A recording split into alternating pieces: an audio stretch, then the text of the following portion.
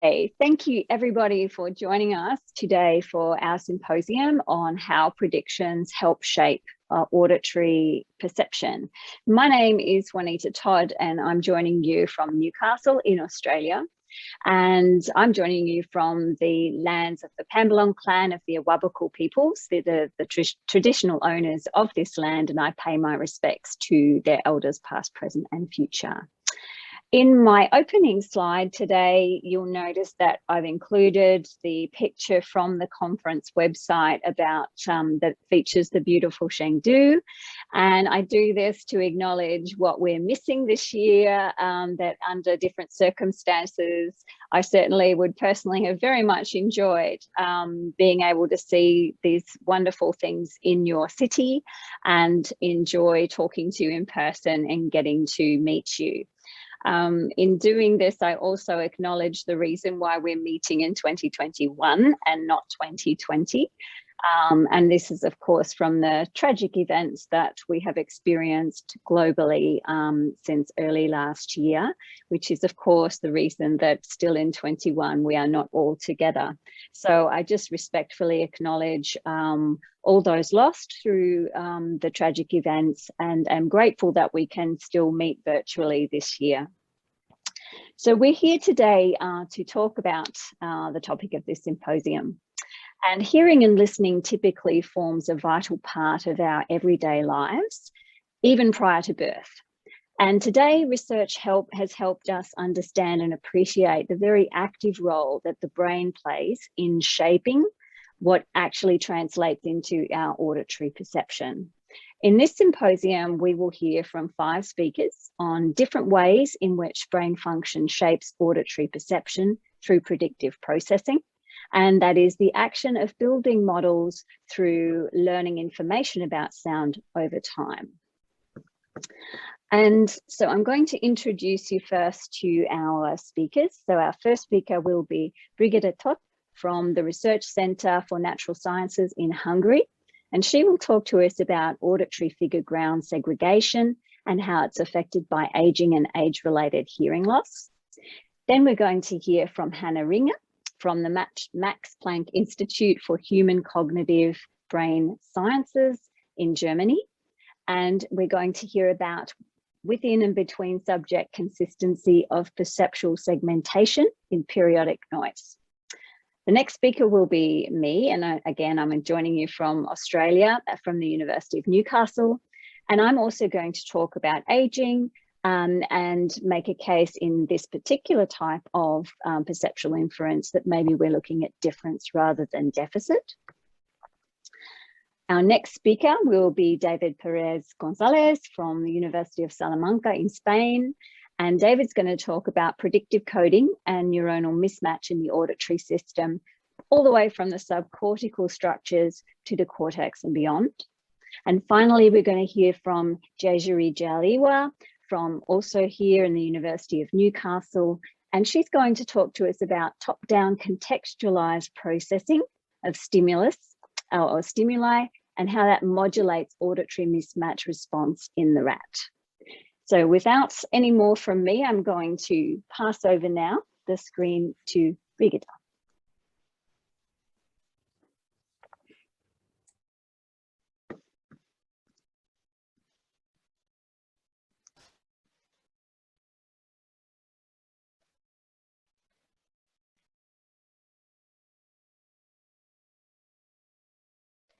Brigitte, you're still muted, I think. Yeah.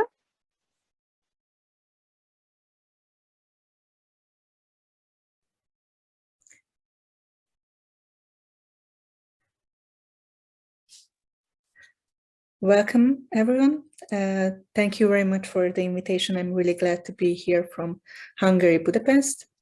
I'm Brigitte Todt, and I would like to talk about auditory figure ground segregation processes related to aging and aging-related hearing loss. So the main concept of my talk is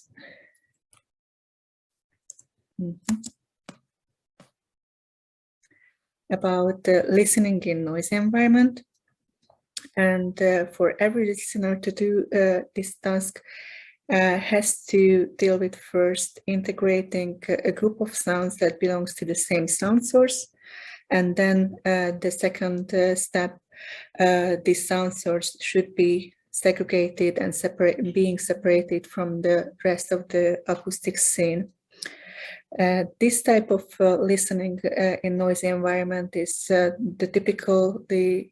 most likely to be damaged over aging processes. So conversing in environment, in noisy environment will be challenged in elderly over time. What we know so far is that aging is related to peripheral and central processes regarding to listening. And first of all, peripheral processes including the death of hair cells in the cochlea, and also involve synaptic damages between the cochlea and the auditory nerve. And these probably assumed to be related to declined figure ground segregation, auditory analysis problems with aging, and also can lead to difficulties in speech in noise performance. What we know so far is that measuring audiometric thresholds is a really good proxy to detect peripheral functions and the efficiency of that. On the right side, you can see the three groups that we have been investigated in our study. We measured pure tone hearing thresholds, and we selected three groups of subjects: young, with normal hearing thresholds, older age adults who has already elevated but normal hearing thresholds, and older adults with already passing the threshold of hearing impairment in a moderate level. So we were investigating these three groups, and we assumed that this is a proxy of how the peripheral functions are impaired. And the main question of our study was that how this impairment in listening in noise environment are due to only to the peripheral processes, and can we assume that there are central processes involved in, for example, qualitative manner among the differences of these groups. The prior studies has been found that figure ground segregation task, especially the type of task that and the stimulus that we have been also implementing, is a good predictor for individual variability in speech in noise task. And in this case, we are created a stimulus that lasts like 2000 milliseconds. And we embedded tones that frequencies are highly correlated over time. And there are tones which are completely random in frequencies over time. The random tones we call background as represented as a noise. And the tones that are highly correlated can be detected by temporal coherence mechanism, and we call them a figure in a noisy background as a signal. In our stimulus paradigm, we used figure detection task, where we have been presented only background tones samples, and the same percentage there were tone clouds that consisted figure as well. The task was of the listeners to detect the presence of the figure under two conditions. There was low noise figure ground stimulus and high noise figure ground stimulus, meaning that the background tone number has been varied in two conditions. Because We know that especially in our sample as well, but generally the peripheral differences make a huge impact, and also in speech and noise performance, working memory and attention plays a really important role. We wanted to equalize the performance of the subjects, and therefore we implemented two steps procedure to individually set the stimulus parameters for the figure and the background tones. Therefore, we can compare the groups at the same performance level. At the first step, we asked the listeners to do adaptive staircase threshold detection task, by which they have been doing figure detection, and we were searching for the number of figure tones that could correspond to 85% accuracy level for detecting the figures. And after that, we set the number of figures that they could efficiently detect with a high accuracy. And the second stage, we repeated the staircase procedure, and we were searching for the number of background tones that correspond to 65% of figure detection accuracy. Therefore, all of the subject was equalized across their performance level. And it was really important because then we could compare the central processes at the same accuracy level with the same cognitive task load. After that, we implemented basically the major task, and we asked them to do the figure detection under low noise conditions and high noise conditions. We were really efficient in creating low noise figure ground stimulus and high noise figure ground stimulus, because across all of the groups, the stimulus has higher signal to noise ratio in low noise condition compared to high noise condition. And also in the performance level, there is no D prime differences across the groups. Therefore, the task was really efficient to equalize the performances. What was really interesting is that we were calculating the distribution of the figure tones that yields to the same performance for all of the subjects. And also we were analyzing the distribution of background tones that yields to the same performance, and we compared those distributions across the groups. We did that because we wanted to know that if the figure tone number differ between the groups, or the background tone that they have to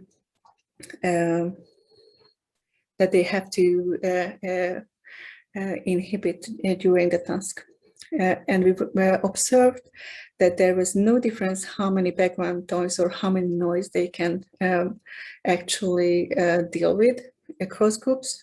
So there wasn't basically a difference between how much they can segregate the background noise from the rest of the scene.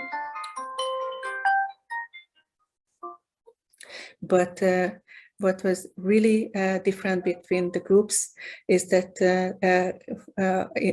to reach the same performance level, the hearing impaired group needed much more tones to be presented to create an auditory source efficiently at the same level as the young or the normal hearing adults.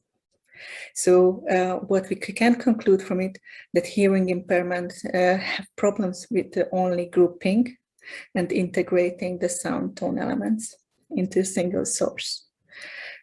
Second, we were comparing all of the behavioral indexes with the peripheral outcomes, basically. And we found significant correlation between the audiometric thresholds, the peripheral processes, and between the figure tone number that has to be presented. for grouping an auditory source.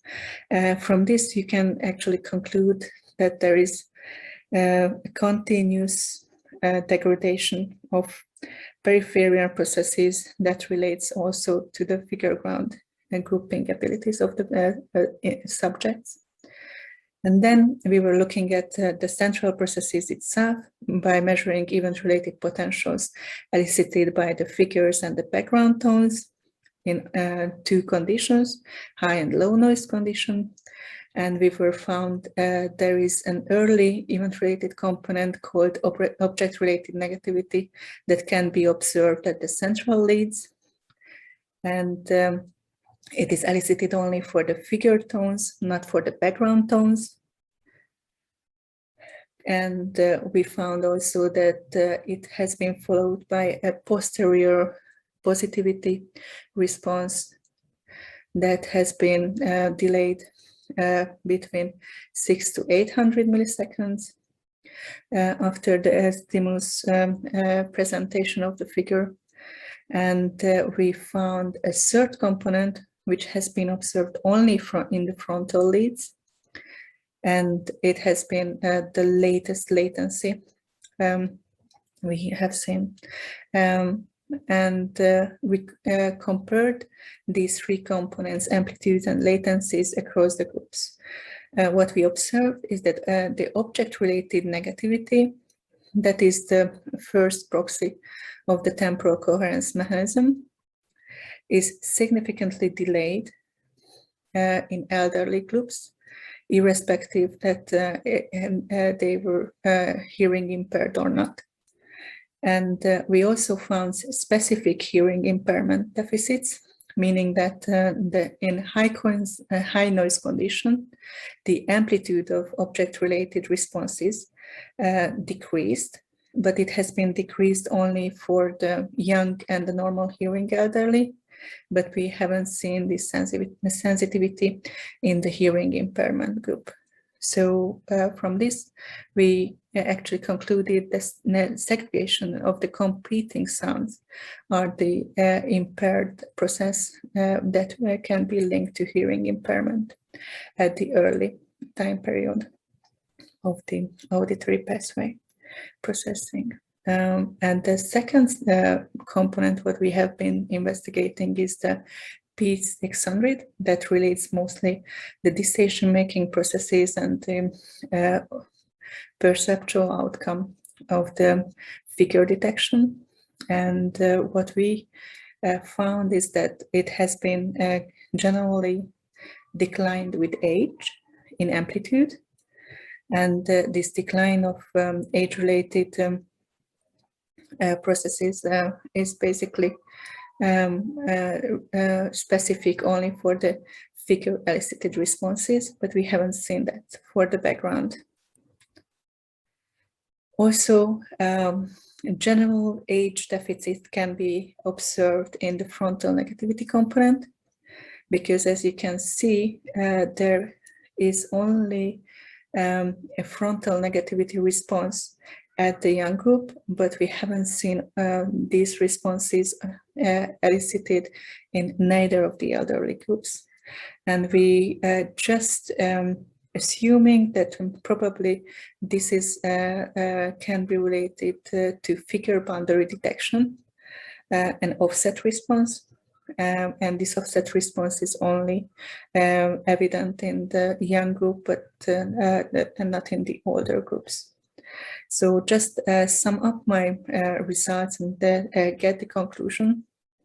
We could say that there are central processes differences that can be related to aging, auditory aging, but two types of processes that we can differentiate. In terms of general cognitive aging, we found that the decision-related P600 is declined in amplitude, and also the frontal negative response is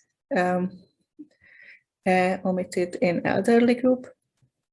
But the really interesting results is that there are central auditory effects, which is only related to figure ground segregation, And that is that the temporal grouping by coherence mechanism is delayed by aging, and the segregation of competing sound is the one which is observed to be impaired in hearing impairment. So I really would like to thank all of you for your attention. And here you can see all of my collaborators who has been working on the same project with me. Thank you very much. Vicky, that was beautiful. That was beautiful data. But as the oldest person on the call, I'm very unhappy, and this is sad for me. I think we have time for one brief question for Vicky. Nice presentation, Brigitte. How do peripheral and central correlates of auditory grouping deficits they relate to each other? So first, we just observed the correlation between peripheral outcome of the auditory indexes of pure tone thresholds and the auditory grouping skills. And we are assuming that this has to be related to the early sensory level differences between the groups, but we have to be investigated this question with source localized EEG signals, for example, or functional connectivity analysis that could actually tease apart the auditory pathways and the feedward-backward connections between these processes. Thank you very much, Vicky. And now we can swap screens to hear from Hannah Ringer.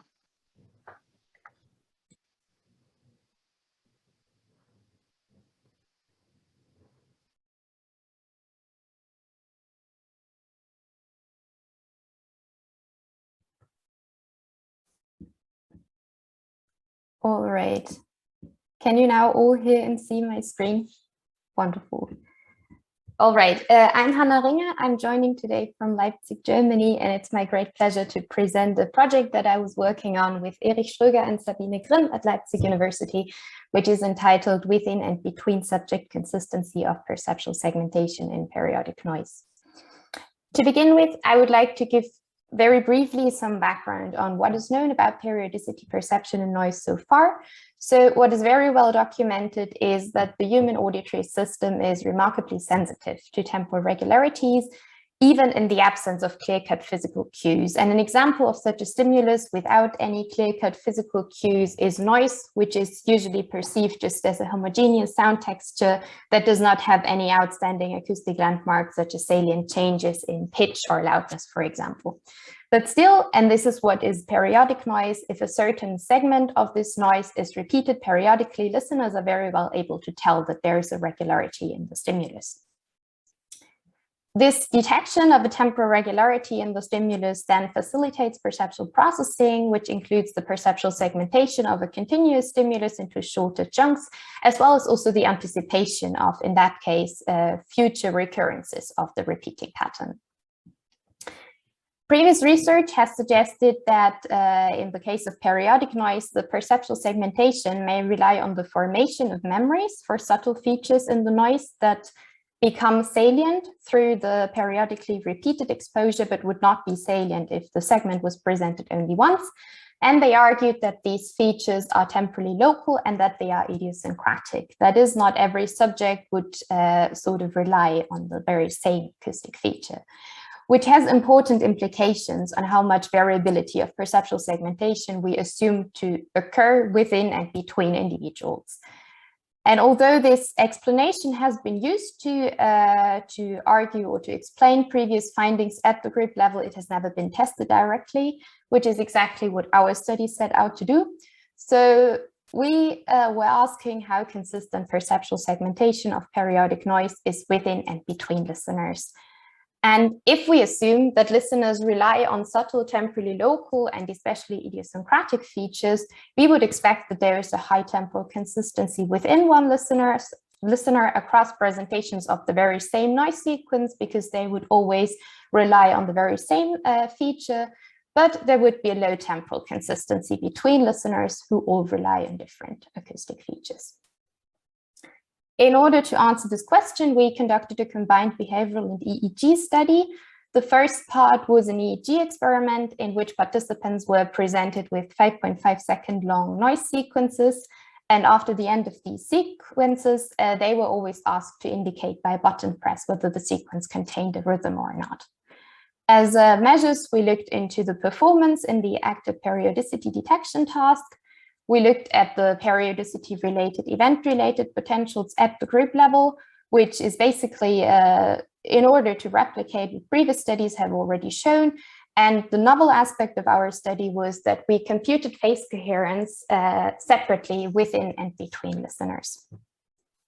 The second part was a tapping experiment with the same participants, in which we asked them to tap in synchrony with the rhythm of the sequence until the end of the sequence. And they were again presented with noise sequences a bit longer this time in order to give them some time to sort of tune into the rhythm before they started tapping. And we again looked into three measures. The first is the standard deviation of the inter-tap intervals as a measure of tapping rhythm stability. The second one is the mean time lag that elapses between the onset of the repeating segment and the tap. And the last one is a measure of tapping phase coherence to sort of capture how much they tap at the same time point across presentations of the same sequence. And we correlated this measure of behavioral coherence with the EEG phase coherence at the individual level. What we used as stimuli was sequences of white noise. As a control condition, we had random sequences without any temporal regularity, which sounded, for example, like this. I hope it's not too loud or too soft.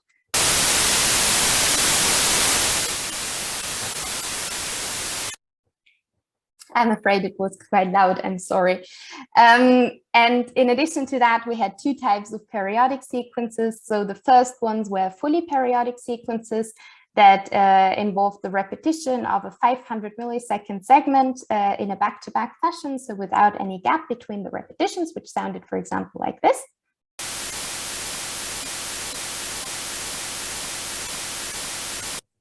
Okay, and the second type was semi-periodic sequences in which only the first 200 milliseconds of the 500 millisecond segment were repeated, and the rest of the 500 millisecond cycle was filled with random noise that was created anew in each cycle. That sounded, for example, like this.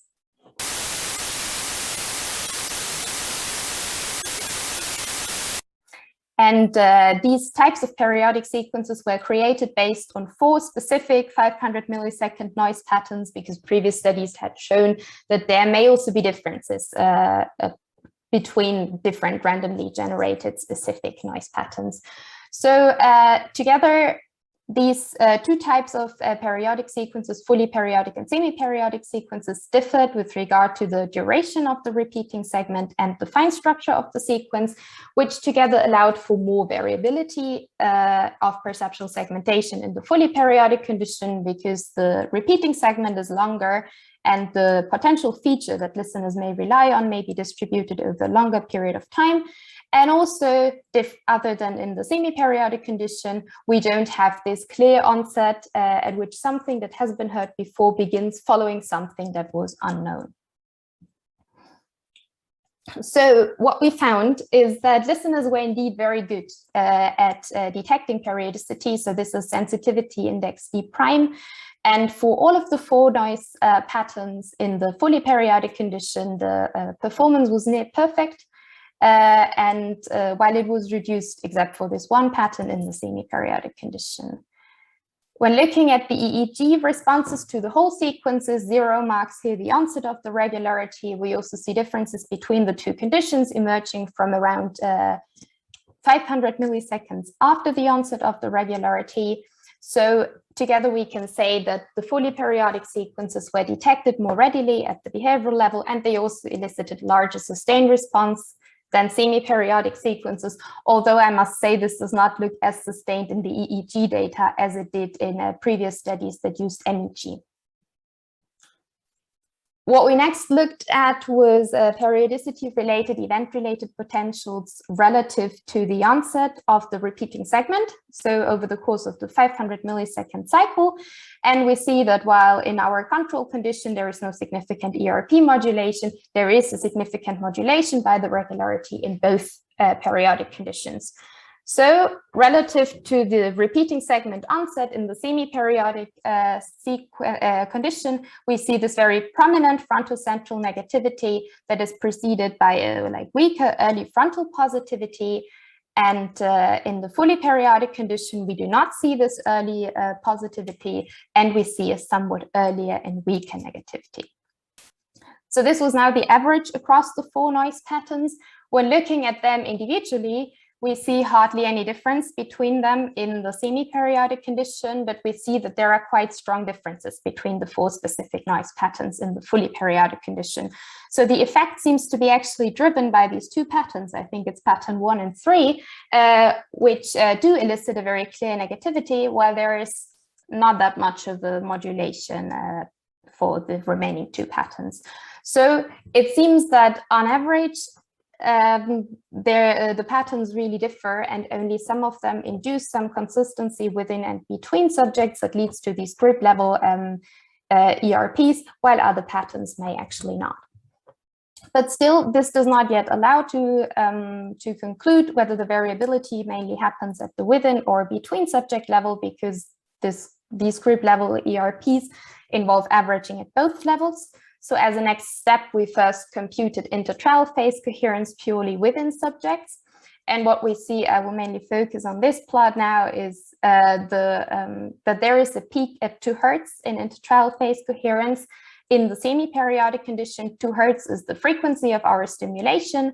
There is a somewhat smaller peak in the fully periodic condition, and basically nothing in our control condition. And when we now extract these phase coherence coefficients around 2 Hertz, we find that semi-periodic sequences induced a stronger 2 Hertz phase coherence within listeners than did the fully periodic sequences. We actually found a very similar pattern of results at the between individual level.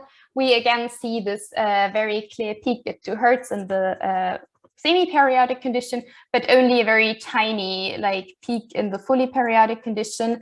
And when now looking at the four patterns again individually, we see that this effect is probably driven by 1 or maybe 2 of them, while for the other 2, there does not seem to be any substantial consistency across individuals. And when again extracting the coefficients around 2 Hertz and comparing them statistically, we found that semi-periodic sequences also induced a stronger 2 Hertz phase coherence between listeners than fully periodic sequences.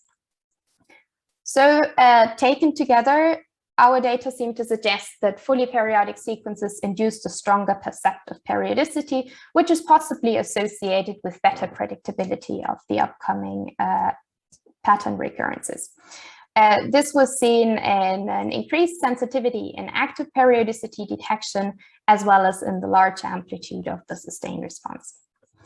Conversely, the semi-periodic sequences seem to induce a stronger consistency of perceptual segmentation both within and between listeners, which was reflected in both an increased intertrial and an increased inter-subject phase coherence, as well as together a larger amplitude of the group level periodicity-related ERPs. So what I will now show is the results from the tapping part of the study. I will focus on the left part, which is the average across the 4 noise patterns, and just for the sake of completeness, show the results split by the 4 specific noise patterns on the right side. The green bar now is a specific control condition that we only had in the tapping experiment part, which is basically a sequence of random noise that contains regular intensity increases that are perceived as clicks that occur every 500 milliseconds in order to get an estimate of how precisely listeners can actually synchronize their behavior with the stimulation if the rhythm is very salient to them. And what we see when we look at the standard deviation of the intertap intervals is that the intertap intervals, which are, as seen here, quite exactly around 500 milliseconds, this variability is increased, suggesting that participants kept the tapping rhythm more consistently in the fully periodic condition, namely about as consistently as in this control condition with the salient clicks, but less consistently in the semi-periodic condition. The next measure we looked at was this time lag between cycle onset and tap. And while this is around 0 in the semi-periodic condition in both the control and the fully periodic condition, this time lag is negative, so suggesting that participants actually tapped ahead of the cycle.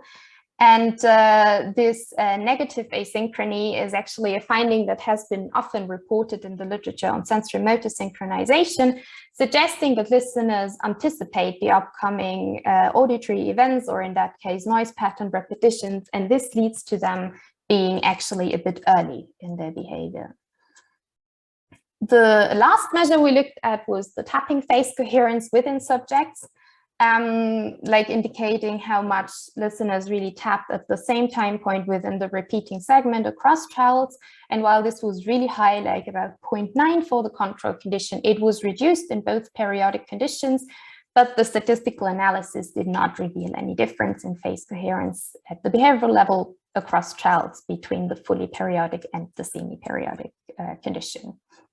So as a final step, we correlated these two measures of behavioral coherence and brain coherence on the other hand, and we found a positive association in both conditions, in particular in the semi-periodic condition, suggesting that these listeners whose periodicity-related brain activity was more coherent also tended to tap more coherently across trials.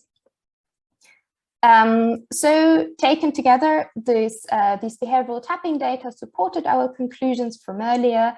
So this idea that fully periodic sequences induced a stronger perceptive periodicity was supported by a more consistent tapping rhythm, as well as this negative asynchrony of taps, which specifically suggests that listeners actually use this increased predictability of the sequences to plan their behavior ahead. We did not find a difference between the conditions in the phase coherence, so actually no evidence for the stronger consistency of perceptual segmentation in the semi-periodic sequences, but we assume that the reason for this may be that the behavioral measure is coarser than the brain measure, and at the behavioral level, other than at the EEG level, the effects of being a bit more consistent, but also being a bit less confident and a bit more hesitant because the percept of the rhythm is not as strong may actually cancel out. So what we conclude from that was that in line with previous suggestions, the perceptual segmentation of unstructured auditory input relies on the retention of subtle temporally local features.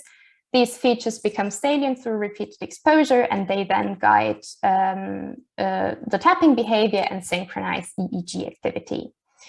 However, not so much in line with what has been proposed previously, these features are not necessarily idiosyncratic. So instead, there may be a preference for certain spectral features that are used consistently within one listener, but at least for some noise patterns may also be shared between listeners. And importantly, variability does not only happen between listeners, but also occurs within listeners. So with this, I would like to thank my wonderful supervisors, Sabine and Erich, and I thank you for listening.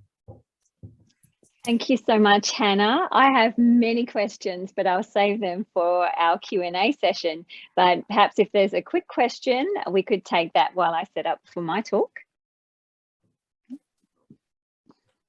There's only one question that I would like to ask is that what is the periodicity detection relate to automatic and top-down attentional processes?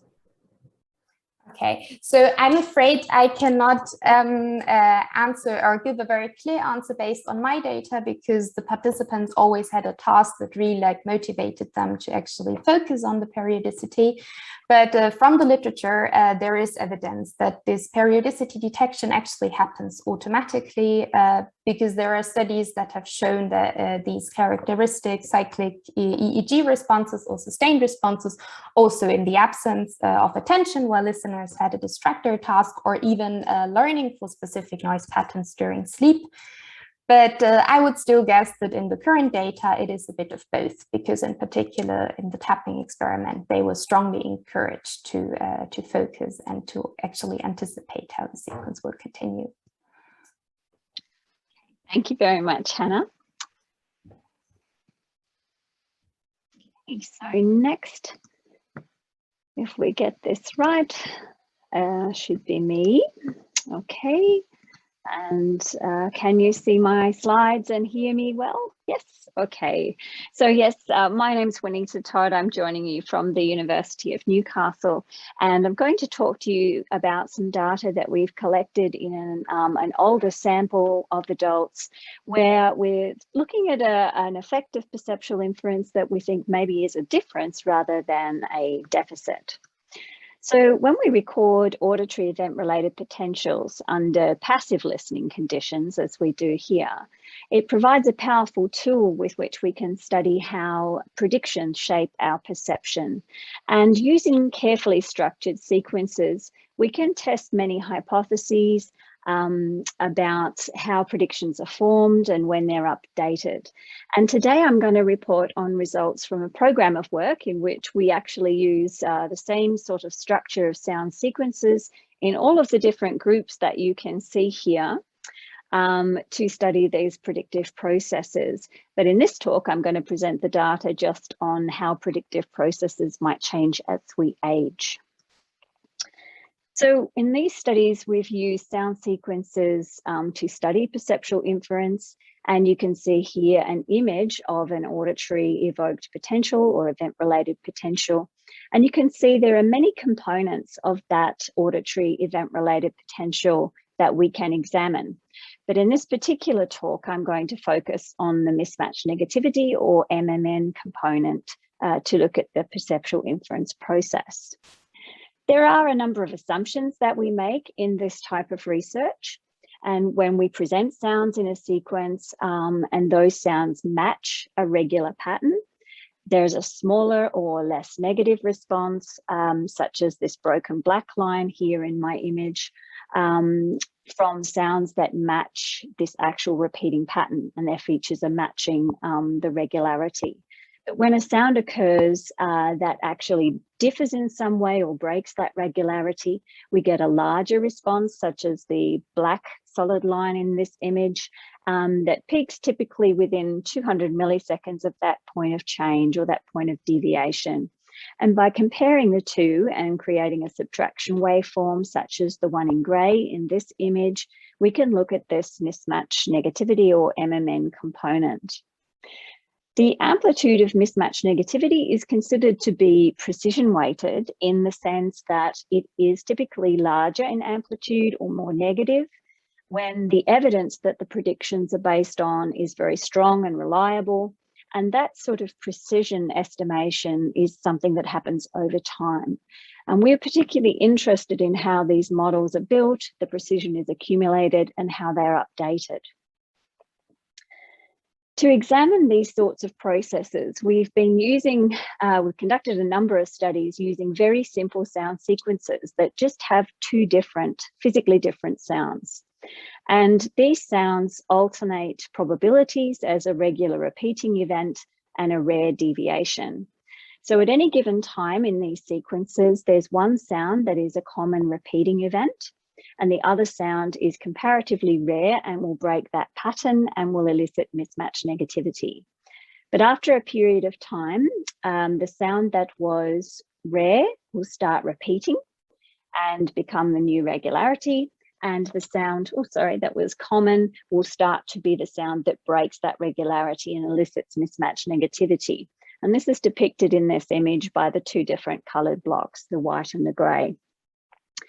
Because these models are very dynamically updated, we will always see mismatch negativity occurring in these blocks of sound to the sound that becomes rare and breaks irregularity. What we were particularly interested in is the period of time over which this mismatch component would show this precision modulation or a change in amplitude. And we plan to do this by looking at the mismatch negativity that comes from the deviance in a sequence where we have a fixed probability of the two sounds, but it's been stable for a long period of time.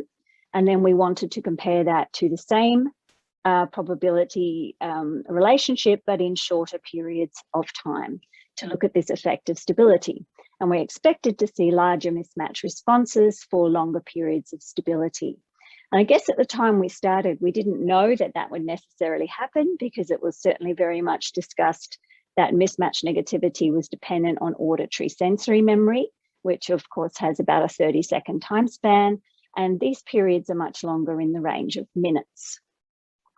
The surprising finding in this series of research, or these papers, is that we do see the expected modulation, but we only see it in the blocks of sound that are consistent with how the sequence starts. So here in this image, you can see there's a mean amplitudes that come from the mismatch responses in those blocks, and here are the evoked potentials. And you can see for the blocks matching how the sequence begins, we do have a much larger mismatch response to these deviant events in the longer blocks than the smaller, shorter blocks. But for this alternate organization of sound, we don't see that modulation. And although most of our studies have been done with sounds of 2 different lengths or durations, we have also done these studies with 2 sounds of different frequency and 2 different sounds of spatial location. And the effect always follows how the sequence begins. So it's an order effect in learning. Sorry. So we've conducted several studies to try and explore why this might happen, and we've uncovered something similar to primacy effects that people see in behavioural studies of learning. And it would appear that the very high precision associated with learning at the beginning of a sequence tends to impair or slow the learning and precision updating in the second context. And we've looked at this by dividing the data so that we're averaging together events that are happening early, just when a regularity begins, versus later in these blocks when the regularity is established. And in these images, you can see in the blocks that are consistent with how the sequence starts, the mismatch produced to deviant events is already at maximum in the first half of those blocks and continues to stay large over time, while the mismatch response to deviance in these alternate blocks starts significantly smaller and increases over time as the new regularity remains stable. In other words, it takes time for that precision to build. So we're now assessing this type of learning effect in a number of groups, including neonates, which is a study that we're running in Hungary with István Winkler, and also in rodents. And Jasia is going to present some interesting data later today on that. And I'm going to talk about what we've seen in older adults. So today I'm talking about older adults, and in meta-analytic findings, it has been established that mismatch negativity amplitude is typically smaller as we age. And from as early as 35 years, it's been estimated that this decline begins. And in most review papers, you'll read that smaller mismatch negativity in older adults is a robust finding. It's variably attributed to a problem in auditory sensory memory, perhaps a faster decay in those processes, and could be linked to problems in the underlying inhibitory mechanisms of the brain. Our question was simply, do these age-related differences actually make us less susceptible to these primacy-like effects on mismatch negativity? So to explore this, we used our alternating sequences, and we repeated them multiple times because we've previously established that these sorts of differential modulation of mismatch negativity amplitudes actually doesn't decay. That remains present if you repeat the sequences many times. And in this group, we had 2 different age groups of participants. We had a younger adult group and we had an older adult group that were on average 45 years older. So quite an age difference between the 2. And our participants had EEG recorded while the sequences were presented over headphones. And we asked participants to try to ignore the sounds and focus their attention on a DVD with subtitles. And we explained to them this is due to the processes being automatic and best recorded that way. So to test for differences in this precision weighting over time in the data, we divided the data as I described previously, where we averaged together events that are happening earlier in these blocks as the first half of blocks, and we compare that to later in the blocks once the regularity has been established. And because we repeat this sequence many times, we have a very good signal to noise in these data, with up to 240 deviants being included in these averages. And in our younger adults, as you can see here, we have a strong replication of our deviant type by half interaction, where mismatch negativity in the first block type, consistent with how the sequence begins, reaches its maximum amplitude early, which you can see in these black lines here, and stays the same size throughout the blocks, where the mismatch negativity produced to the deviant sounds in the alternate blocks starts very small and has to increase over time. And in actual fact, the mismatch negativity for this first half of these alternate blocks doesn't differ, in this difference waveform, does not differ from zero in that period. So that means that even though we have a regularity present for 1.2 minutes, or in this case, it's 240 tones, we're not actually producing mismatch negativity to the sounds at that portion of the block. And these are the waveforms that correspond to the deviant events and the standard events from which our difference waveforms and the mismatch negativity are derived. And I present them here just to show you that this differential modulation is coming from the way that we respond to the deviant events in these sequences. In our older adults, we get different results. So the age group was a significant interaction term for the deviant by half interaction.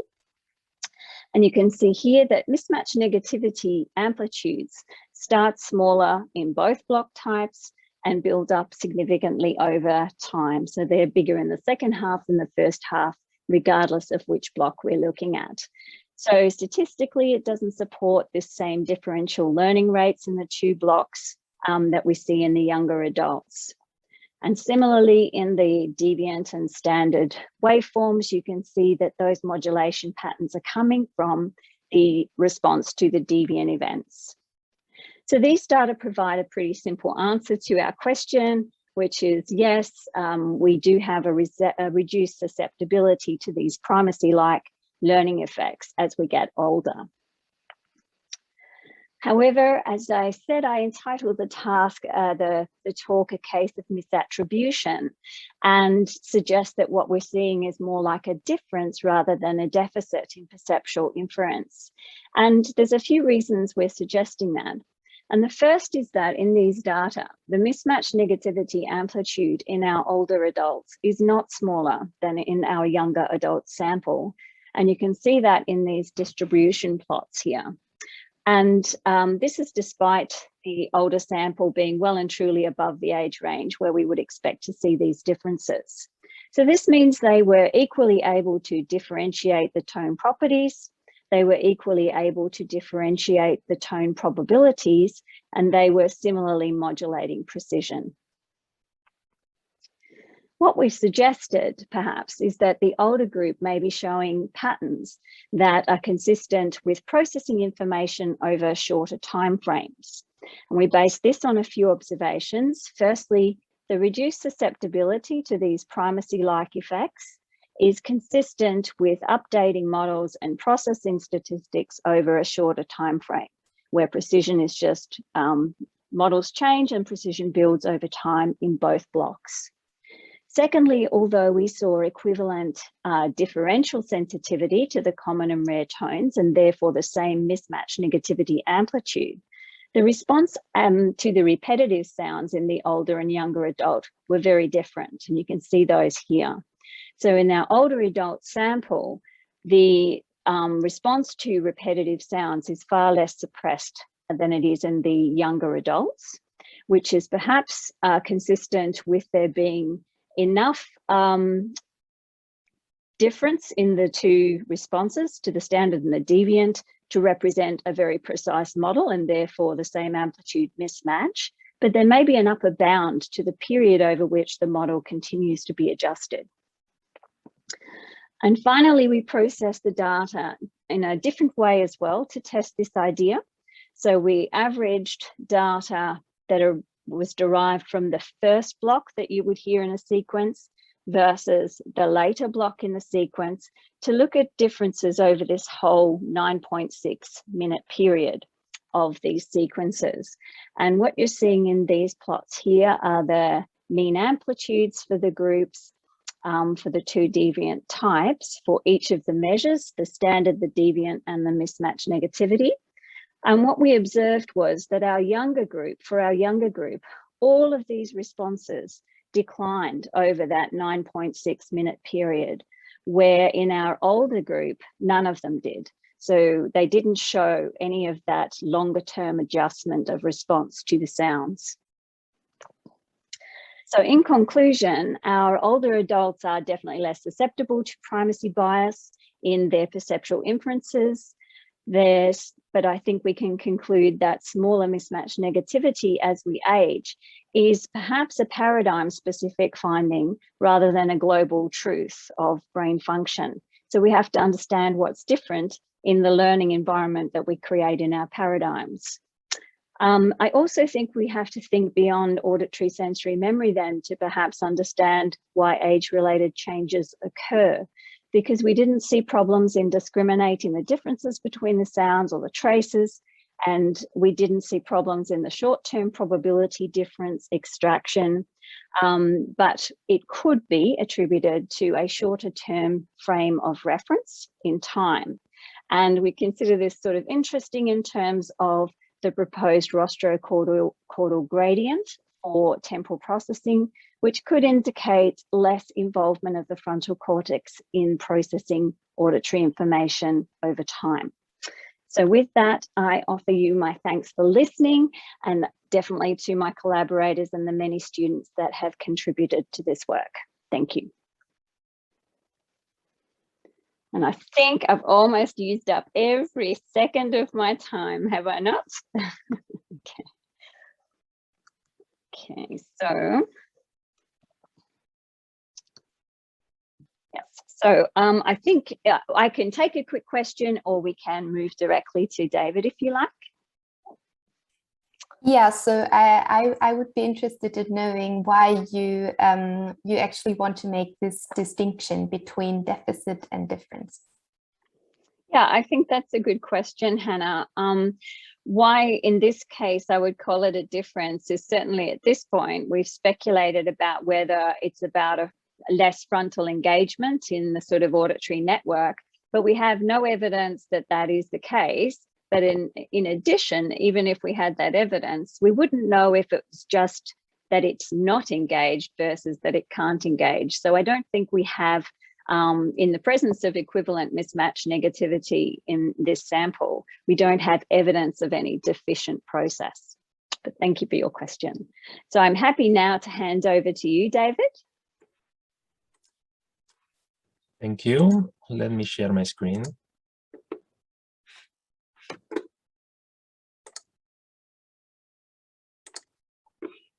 Okay, can you see my presentation? Sorry, I don't We're hear seeing you. presentation mode, yeah. Okay, thank you very much. So I'd like to start by thanking you, Juanita, for organizing this symposium and for the invitation. So my name is David Pérez González. I'm a postdoctoral researcher at the laboratory of Professor Malmierka in Salamanca, and I'm going to talk about deviance detection at different stages of the auditory system. David, can I interrupt you? Did you want to switch to the full screen mode? We can still see your notes. It doesn't matter, sorry, but yeah, that's not a problem. I'm sharing the wrong screen. That's okay. And it was lovely to hear you say Manolo's surname properly. I'm clearly incapable of that. Okay, can you see now the proper screen? Right, good. Okay, so I would like to remind you of a situation familiar to all of you before the pandemic. So remember when you were at a bar and you were talking to other people, but there were a lot of competing noises in the background. So your brain needed to be adapted to those background noises so you could pay attention to your friends. But suddenly there could be some background interesting sound like an announcement, and quickly you could drive your attention to it, and whenever it ended, you could get back to the original situation where you could get adapted to the background noises of the other people and paying attention to the interesting conversation. So these kind of adaptations can be found at a neuronal level in some different ways. So we can see some classical neuronal fatigue when the neuron stops responding after a few repetitions of a common sound, and whenever there is a new sound, there is no response. But in the last decades, another types of adaptations have been found, such as when the response to a stimulus produces an adaptation and the stop of the response of a particular neuron, but the appearance of a different sound provokes a new response from the same neuron and a new adaptation. And this is known as a stimulus-specific adaptation, or SSA. So Juanita in the previous presentation has already talked about mismatch negativity. So mismatch negativity has been studied in the auditory modality since the 70s using the oddball paradigm, and it produces this difference in the response to the deviant and the standard tones, as previously mentioned, right?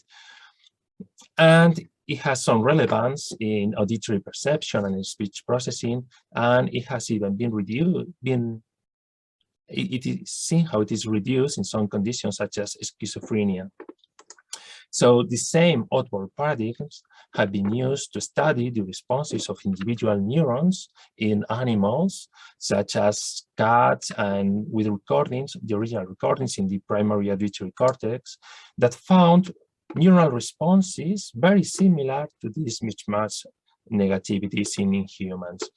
So there are some similarities among them, such as that they depend also on the difference between the stimuli used or the probabilities of the deviant tone. So there has been the question whether these stimulus-specific adaptations on individual neurons in animals is a neuronal correlate of mismatch negativity. But there are some striking differences between these two modalities, and one of them is the timing.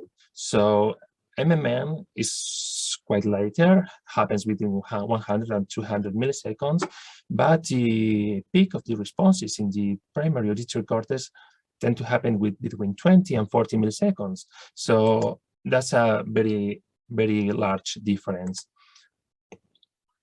Also, MMN has been related to secondary order areas in the brain, whereas the first studies of SSA have been made in the primary auditory cortex.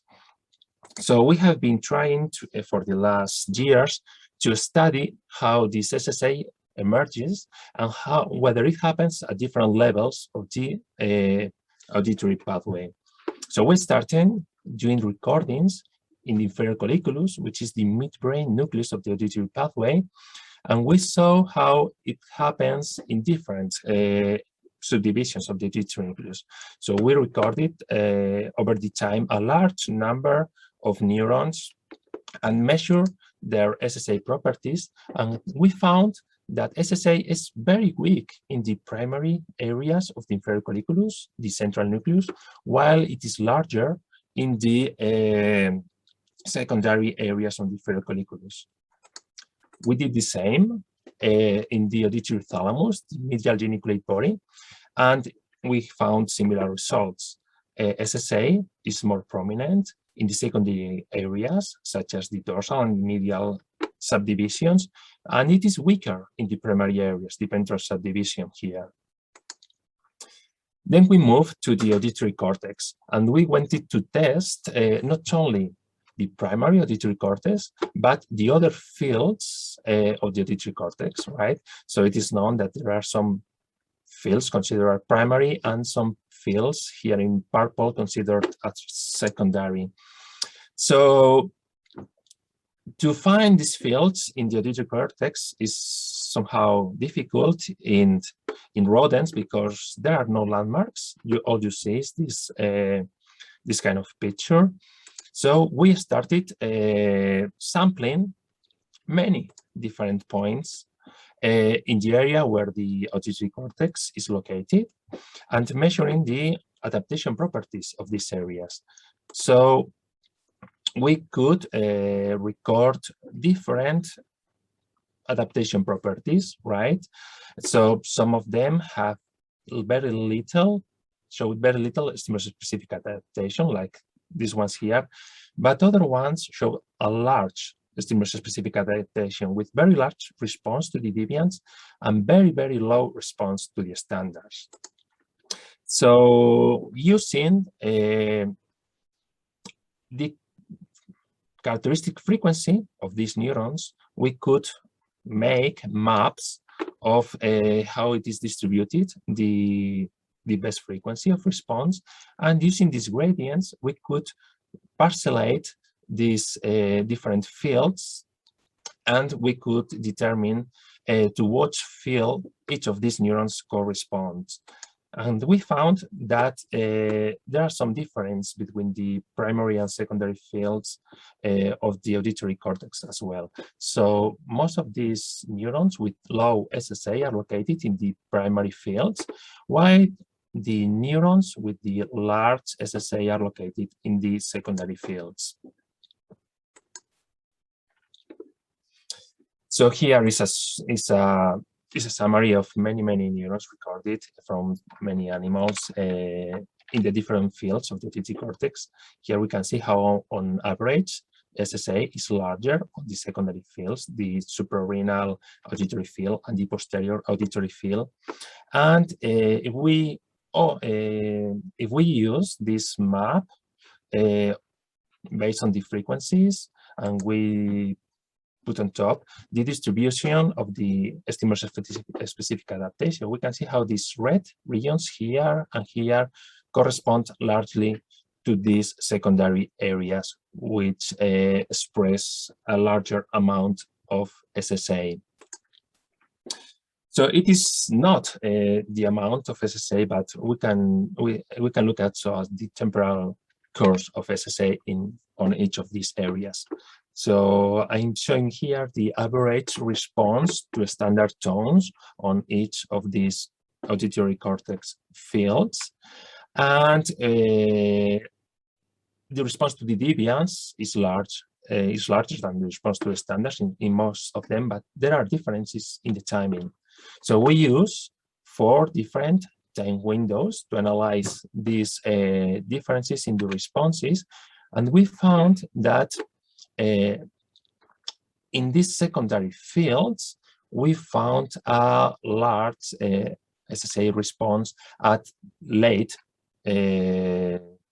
latencies, around 80 milliseconds, which is close to the timing of MMN in the rat. So here is an overview of the SSA along the auditory pathway. So in green, we have the primary fields, which are connected to each other and have reduced SSA, but the purple fields, which are the secondary fields, all of them have a stronger SSA. But what are the mechanisms behind this generation, the generation of SSA? There are 2 proposed models for the generation of SSA. One of them is the fresh afferents model, which is favored by physiologists. And so when you play some repetitive tones a frequent stimulus, it is going to cause an adaptation of these synapses. So it's going to be seen as an attenuation of the response to the standards. But whenever an infrequent stimulus happens, it is going to be mediated by other set of synapses, which are going to be fresh. And so the response is going to be higher, as shown here. So from this model, we can say that all of this difference is due to stimulus-specific adaptation. But a competing model, more favored by psychologists, is the memory-based model, which tries to explain that the repetitive tones create a regularity which can be encoded and used to make predictions, which cause an attenuation of the response. But the happening of a deviant tone is going to cause an error in the prediction, which an enhancement of the deviant response is going to mobilize resources, for instance, to drive the attention, and it is going to be the base of MMN. So from this point of view, this difference between the responses between deviant and standard is going to have a part of adaptation, but also part of deviance detection. The problem is where to set the limit, what amount, what is the weight of adaptation and what is the weight of deviance detection. So for that, we use different controls for the deviance. So the first control is being widely used in humans is the Manning standards control, so that instead of having a single tone as a standard, we have many different tones as standards. So we remove the regularity and there is no prediction there to violate.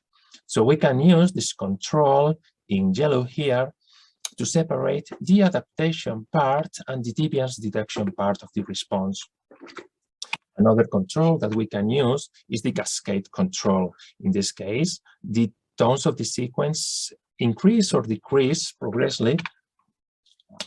This way, this control contains a regularity, but this regularity is not broken by the target tone because it is included within the sequence.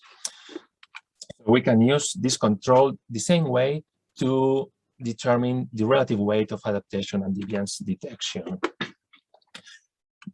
So, well, this cascade control has some advantages. So we have been used these different sequences to study the responses in many different areas, right? So here I'm going to show you very quickly the responses in the higher order areas of the auditory cortex. I'm going to jump just to the examples. So we use a set of tones along the frequency response area. So in the first order areas of the auditory cortex, we can see how the response to the controls, which are the solid lines here, is very close to the response to the deviance in most cases, right? And at the auditory cortex, we can see how there is a small difference here at the latencies. But in higher orders, we can see how the deviant tones respond much more than to the controls, and it is very relevant at the late times. So we can determine a hierarchy of prediction error, which increases along the auditory pathway from the midbrain to the thalamus to the auditory cortex, and it is also different and higher from first order to higher order nuclei. Finally, we have been repeating these experiments in the prefrontal cortex, which is an association area. As you know, it is not purely auditory. So the response areas are not as clear as in the auditory cortex, and they don't clearly respond to sounds. So these are examples from each of the subdivisions of the prefrontal cortex. And here, the responses to the deviant tones are very high, but the responses to the controls are very, very similar to the responses to the standard tones. So we can determine that most of the response difference in the prefrontal cortex is due to deviance detection rather than adaptation. So we can include that information in the whole picture, and we can see how the deviance detection component is extremely high in the prefrontal cortex compared to the previous auditory portions of the pathway. So finally, just to put together these two kinds of information, we can see how the responses of the prefrontal cortex show a high level of deviance detection at very late times, more compatible with the timing of MMN. So in conclusion, I would like to say that the contribution of deviance detection to stimulus-specific adaptation increases along the auditory hierarchy from the inferior colliculus to the cortex and from first to higher order divisions within the same level. Both SSA and prediction error detection are highest at the prefrontal cortex, and SSA with deviance detection correlates in time and location with mismatch negativity, as is measured in the rat, auditory cortex, and prefrontal cortex. So I was just want to show you some of the people who do the real work. This is Manuel Malmierca, the head of the lab, and I want to mention Guillermo here and Lorena, who did some of the work that I have presented here right now. So thank you very much. David, I am such a huge fan of this work. I think, for today and years to come, we will owe a debt to this body of work. It's fabulous. I would like to steal a very quick question, which is, so what do you think are the, it's probably not a quick question, but for a quick answer, but what do you think are the functional mechanisms underlying this auditory deviance detection? Yeah, that's a trick question, and it's the base of it all, right? So there seems to be a combination of factors, including the intrinsic properties of the neurons and the connectional and input properties. So we have been studying for some time the neurotransmission, neuromodulation, and we have seen that some neurotransmitters, such as glutamate and GABA, have a general effect on the responses and change the amount of SSA. And there are some modulators that have specific actions over only the standard, only the deviant responses. So that's part of the picture, and we are all working on it right now. Well, thank you for working on it. That sounds great. It's now my pleasure to invite Jayashree, who is our last speaker today, to share your screen, Jayashree.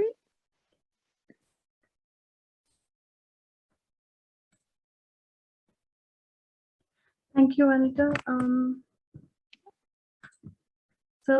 am Jayashree Chaleva, and I have recently completed my PhD from University of Newcastle. And today I'll be presenting some of the key findings from my PhD work, demonstrating the importance of context in modulating auditory mismatch responses in the rat. Oops.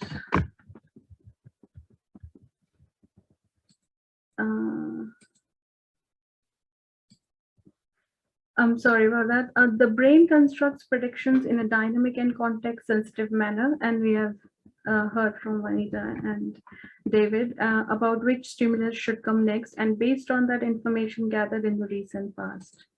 When an incoming sound, that is the bottom-up sensory signal, it violates the top-down predictions, a prediction error signal, what we call as mismatch negativity or MMN, is automatically generated, which acts as a neural marker of error and change detection. In the last few decades, mismatch negativity have gained much interest in the neurodevelopmental and neuropsychiatric research, mainly because of its quantitative nature and also because of the findings of reduced MMN amplitude in schizophrenia patients. And to examine MMN, we use sound sequences where deviants are randomly interspersed among frequent standards. And these deviants can differ from the standard tones in any physical dimension like frequency, duration, intensity, etc. And we obtain MMN as a difference waveform by subtracting the standard responses from the deviant response, as shown here. Since the first publication in 1991 that showed MMN reduction in schizophrenia, more than 100 studies have replicated the reduced MMN amplitude in schizophrenia patients. Despite this promise of MMN for translational research, only a few studies have sought to establish MMN in rodents. And therefore, an enriched understanding of factors that influence MMN size in healthy rats is a prerequisite for translating the relevance of this altered MMN in schizophrenia. Therefore, we ask the question whether these mismatch responses that we see in rat models, do they exhibit the features of human MMN? And what we found was that the MMR component, which is produced 54 millisecond post-stimulus, is the most human-like MMN component. And these findings were published recently in Hearing Research. Using an auditory multiple timescale sequence paradigm in human studies, Vanita and colleagues have found that MMN is dependent on the initial sequence structure, and there exists an order-dependent bias for MMN. So this MTSS paradigm, what I'll be talking through my presentation, is a two-tone sequence, as was explained nicely by Vanita, where a short and long duration sound, they switch the roles in the probability every 22.4 minutes. And what Frost et al. Studies have shown, they found that the MMN response, the MMN in response to the first common tone that changes and switches to a deviant in the second block, known as the second deviant. So initially that response is suppressed, but as the pattern continues, the MMN response increases in its size. But this observation did not translate to the first deviant, as there the MMR response is higher in the beginning, and that stays high as the pattern continues. So this phenomenon was named as the primacy bias, and these findings suggest that the way a sound is processed is influenced by initial learning about the probability, transitions, and importance of a sound. So based on these findings, these suggest that the factors that impact MMN size are not yet fully understood, and some mechanisms driving relevance filtering are likely influenced by top-down expectations. And to understand how initial learning changes the rates of confidence accumulation in different blocks, rats were exposed to sequences of sounds, that is standard and deviants, that differed in frequency, unlike they differed in duration, as was shown in the Frost et al. Study. So I've used MTSS paradigm, which was comprised of 4 different sequences, and with a 1 minute silence in between each sequence. And this sequence was further made up of 4 blocks, where the first deviant was ascending deviant, and the second was descending deviant, and the roles switched every 4 minutes. So half of the rats, they were exposed to the ascending deviants first, and half of the rats were exposed to the descending deviants first. And we hypothesized that the MMR amplitude will increase in response to the first event quickly and will stay large, as we saw in the human studies, relative to the second deviant, and the response will be comparatively suppressed at the onset of sequence blocks to the second deviant, but will eventually increase as the pattern will continue. So the epidural EEG electrodes were surgically implanted over rostral and caudal sites on the surface of the skull of adult rats, and the mismatch responses were studied in awake, freely moving vista rats by utilizing wireless telemetry. So when we analyzed the primacy rat data, we found that there were no main or interaction effects as expected. As you can see here, that the N54 MMR responses to second deviant as well as to the first deviant were similar, and we did not see increase in response to the second half of the block as compared to the first, as we had seen in the human studies in the previously explained Frost et al. Study. So from these findings, we can suggest that rat brain does not exhibit primacy bias. Although we didn't find primacy bias effects in the rat brain, but we did find some unexpected results. So in our labs, it has been consistently found that a rat brain produces negligible MMR response to descending deviants, and it has been shown by others as well.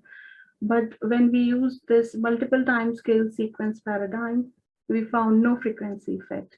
And the rat brain produced similar sized MMRs in response to high frequency as well as low frequency tones. So this was an unexpected finding, and this no effect of frequency suggests that the context of exposure to ascending and descending deviants, that's the context that matters. Now, based on these findings, we decided to have a closer look at the paradigm effects, and therefore the data for a subset of rats was analyzed that were exposed to both the classic paradigm as well as the MTSS paradigm. So in classic paradigm, what I'm referring to here is the deviant probability manipulation paradigm, where the rats heard different deviant probability sounds, low, mid, and high, in ascending and descending conditions, with the 1 minute silence break between each sequence, sorry. So here in orange, this is the mid deviant probability condition, which is identical to the descending deviant condition in our MTSS paradigm. And similarly, the mid deviant probability ascending condition is identical to the ascending first deviant condition in MTSS paradigm. So here in panel A, you can see that in classic paradigm, the MMR responses are much larger to the high frequency as compared to the low frequency deviants. While in the MTSS, there is no frequency effects, and we can see that the MMRs are similar sized in response to both ascending and descending deviants.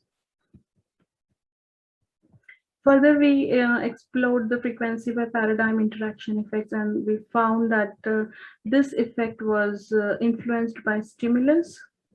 As we can see here in panel B, the larger MMR responses in MTSS paradigm were as compared to classic paradigm in response to standard as well as deviant stimuli. So the paradigm induced changes in the size of MMR were due to larger differential between the deviant and the standard. Next, we explored the effect of developmental risk factors for schizophrenia on rat MMR amplitude, as we wanted to see if we can replicate the human-like schizophrenia MMN reduction in our rat models. Maternal immune activation and early adolescent cannabinoid exposure are two environmental factors that are known to increase risk of schizophrenia in offspring. So to develop a schizophrenia rat model, the pregnant rats were injected with poly-IC on gestational day 19 as their first hit. Then the pups were born and weaned, and the second hit was given during the critical adolescent period, where the offspring were injected IP with HU210, which is a synthetic cannabinoid, from postnatal day 35 to 48. Then the surgeries were performed during adulthood, and after a week's recovery, EEG recordings were conducted. So to study the impact of developmental risk factors on mismatch responses in rats, they were exposed to 3 different auditory contexts. First was the deviance difference manipulation. Second was the deviant probability manipulation. and third was a jitter manipulation. So in deviance difference manipulation, the rats were exposed to 3 different conditions of the degree of deviance difference between the standard and deviant tones, with a constant probability, that is a constant probability of deviant to 12.5%. While in the deviant probability manipulation, the degree of deviance difference, that is a frequency difference between the standard and deviant tones, was kept constant, while they were exposed to low, mid, and high deviant probabilities. In jitter manipulation, the rats were exposed to different jittered conditions. The first one was no jitter, where a stable SOA of 500 millisecond was there in the sounds, while in the low jitter, the SOA varied from 450 to 500 milliseconds. And in the high jitter conditions, the SOAs varied from 250 to 750 milliseconds. So we found no effect of these developmental risk factors when under the conditions of deviance difference manipulation and jitter manipulation. However, we did find a significant impact of treatment under the deviant probability condition in male rats, but the effects were absent in the female rats. So these findings indicate that context is important in even looking at the treatment effects in rodents. So we found the MMR reductions in both single and 2-hit male rats. These are unpublished findings in a context-specific manner. And we wanted to see if the context sensitivity of the treatment, if we wanted to study the context sensitivity of the treatment effects on MMR, and we performed a linear mixed model analysis, which is a stronger way of determining the context effects. So in this case, rats were exposed to identical sequences. So we had these rats that were presented with the same identical sequences, but in context of 2 different contexts. So the context one was the deviance difference manipulation paradigm, where we had these different low, mid, and high deviance differences. And the second context was the deviant probability manipulation, where we manipulated the deviant probability through low, mid, and high.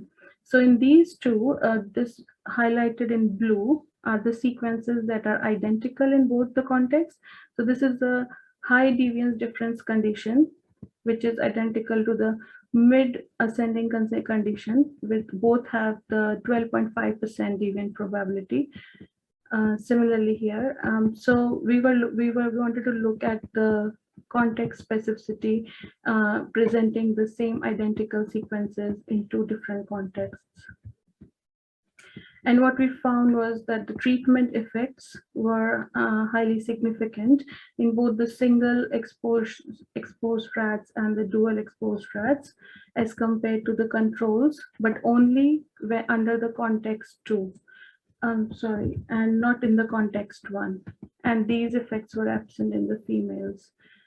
So sub-analysis using a linear mixed model of the 2 identical sequences, but in different contexts, in fact, replicates the results from the fuller analysis that we have seen previously, but provides a stronger test of context sensitivity of treatment effects on the 2 sequences that are identical. So we conclude that the context of the auditory stimulation influences the process of automatic change detection in the rats. Based on our findings, firstly, where we found that the MMRs are produced, MMRs of similar size are produced to both ascending and descending deviance in the MTSS paradigm, but not in the classic paradigm. And one possible reason could be the rotating design of this particular paradigm, where even the descending deviants, they convey information about the structure of the environment. So what does that mean is, so these standard tones, when they switch the role and start repeating continuously in the second block, they inform the system about the changed environment, and this results in this raises the need to remodel the structure, and therefore even the descending deviant is informative. But in case of the classic paradigm, the deviant is just a deviation from the standards because of the 1 minute silence break in between the two blocks. So from this first study, we found that we could suggest that the context is very important. And the other study was where we found the treatment effects, but only under the deviant probability context. So from predictive coding framework point of view, probability manipulations alter the precision of the predictive model, whereas deviance difference affects the precision of the prediction error. So this suggests that our MIN-EC affected the precision of the predictive model, but not the precision of the prediction error. The take-home message is not only is the frequency sensitivity of N54 in rats context sensitive, so also are the treatment effects. Thank you. Thank you so much, Jayashree. And what I love about this whole series of talks is the way that it opens doors into the fact that there's so much that we do not yet know. And we probably have time for one quick question today for Jayashree. Yes, I have one question. So thank you, Jayashree, for this nice presentation. And I would like to know whether treatment effects are sex specific. From this particular study design, we might not be able to answer that because the males and female rats that we took for the treatment study, they were exposed to a different dose of synthetic cannabinoid, because the studies have shown that females are more sensitive to the same dose as their male counterparts. So for that reason, the males were given 0.1 mg per ml dose and the females were given 0.075 mg per ml. So there is a confounding factor involved on the basis of the dose differences. So we can't actually include sex as an independent between subjects factor in our study analysis. So we can't clearly say that the effects that we are seeing are sex specific. That makes sense. Well, I would like to take the opportunity to thank all of our speakers. If we were in Chengdu, I would take you to dinner and we would talk some more, but we aren't. But I look very much forward to the question and answer session for the conference, and I look forward to the questions from our viewers. So